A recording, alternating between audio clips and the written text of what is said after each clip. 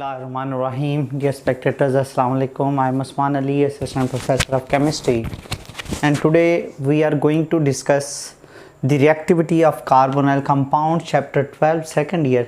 लेकिन अगर आप लोगों ने अभी तक मेरे चैनल को सब्सक्राइब नहीं किया तो मेरे चैनल को सब्सक्राइब कर लें, बेल आइकन को प्रेस कर लें ताकि मेरी हर आने वाली वीडियो आपको मिल सके। तो आज का हमारा आर्टिकल है reactivity of carbonyl compounds. Reactivity of carbonyl compounds में हम डिस्कस करेंगे कि कार्बोनाइल कंपाउंड्स किस तरह से रिएक्टिव होते हैं। तो कार्बोनाइल कंपाउंड्स में होता ये है कि उनके अंदर जो फंक्शनल ग्रुप पाया जाता है वो कार्बोनाइल फंक्शनल ग्रुप होता है।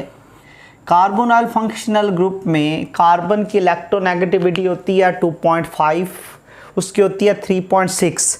ज़्यादा इलेक्ट्रोनेगेटिविटी होने की वजह से oxygen will get partial negative charge and carbon will get partial positive charge, और ये पोलर हो जाता है। कार्बोनाइल फंक्शनल ग्रुप पोलर हो जाता है, इसमें एडिशन इजीली हो जाती है। तो जिस एंड पर पार्शियल नेगेटिव चार्ज होता है उसको हम नाम दे देते हैं, वो न्यूक्लियोफिलिक एंड होगा, उसको हम नाम देते हैं न्यूक्लियोफिलिक एंड। और जिस पर पार्शियल पॉजिटिव चार्ज है उसको हम नाम दे देते हैं इलेक्ट्रोफिलिक एंड, या इलेक्ट्रोफाइल भी बोलेंगे। तो कार्बन इसमें इलेक्ट्रोफाइल होता है, ऑक्सीजन इसमें न्यूक्लियोफाइल होता है।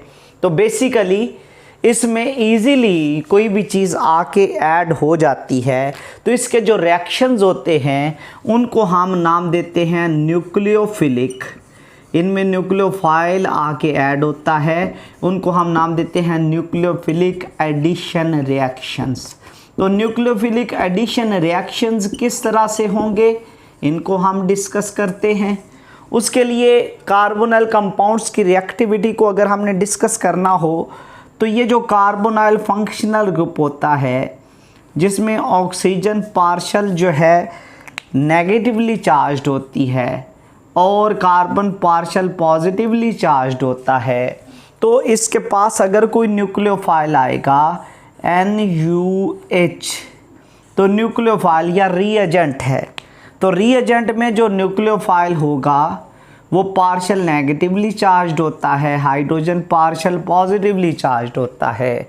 ये न्यूक्लियोफाइल जाके लगेगा इस इलेक्ट्रोफिलिक कार्बन पर, ये बॉन्ड आगे शिफ्ट हो जाएगा और जब इस पर मनफी चार्ज आएगा ये अटैक करेगा इस H पर। तो किस तरह का रिएक्शन होगा, ये जब रिएक्शन होगा इसके नतीजे में Nu न्यूक्लियोफाइल इलेक्ट्रोफिलिक कार्बन के साथ लग जाएगा और ये बॉन्ड आगे चला जाएगा, ऊपर मनफी चार्ज आएगा, उस मनफी को ख़त्म करने के लिए H जाके लग जाएगा। This is nucleophilic addition product, ये एडिशन प्रोडक्ट बन जाएगी। डियर स्टूडेंट्स, ये जो एडिशन प्रोडक्ट बनती है क्योंकि इसमें स्टार्ट न्यूक्लियोफाइल करवा रहा था तो इसको हम नाम देते हैं न्यूक्लियोफिलिक एडिशन रिएक्शन। तो ये जो न्यूक्लियोफिलिक एडिशन रिएक्शंस होते हैं they are either catalysed by acid और बेस। इनको बेस भी कैटालाइज कर सकता है और एसिड भी कैटालाइज कर सकता है। सबसे पहले हम देखते हैं acid catalysed nucleophilic addition reactions. Acid catalysed nucleophilic base catalyse पहले कर लेते हैं। Base catalysed nucleophilic addition reactions, nucleophilic addition reactions of carbonyl compounds. होता ये है कि जो एक्ट करता है उसको बोलते हैं रीएजेंट। ये जो बेस होगा, बेस होता है से हाइड्रोक्सिल ग्रुप, एक बेस है, ये रीएजेंट के पास जाएगा NuH, ये क्या है रीएजेंट है।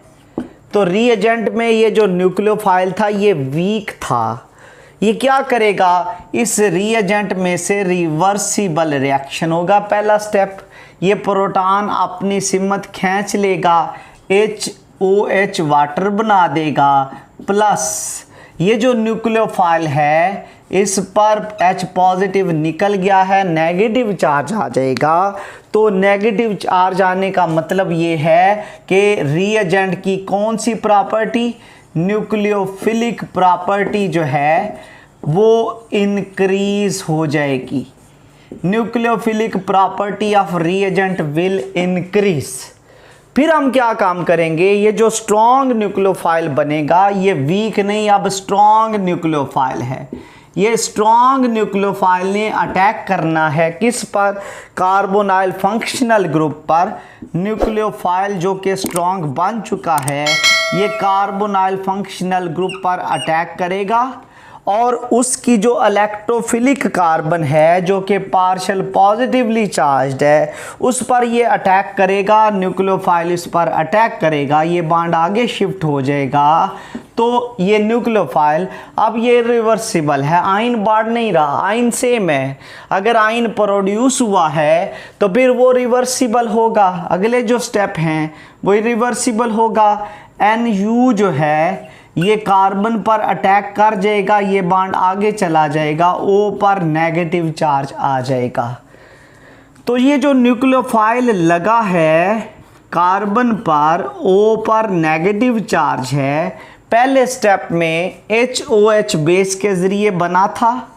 वो HOH क्या करेगा, वो अपना प्रोटॉन इसको दे देगा, प्रोटॉन देगा तो क्या बना देगा, it will produce product. Nucleophile लगा होगा कार्बन के साथ और O के साथ H लग जाएगा और यहाँ से बेस रिकवर हो जाएगा। तो ये जो बनी है इसको हम क्या नाम देंगे, that is called as nucleophilic addition product. ये एडिशन प्रोडक्ट बनेगी। तो ये जो आपके पास base catalysed nucleophilic addition reaction है ये क्या इंक्रीज कर देते हैं, ये रीएजेंट की न्यूक्लियोफिलिक प्रॉपर्टी, रीएजेंट की न्यूक्लियोफिलिक प्रॉपर्टी इंक्रीज कर देते हैं।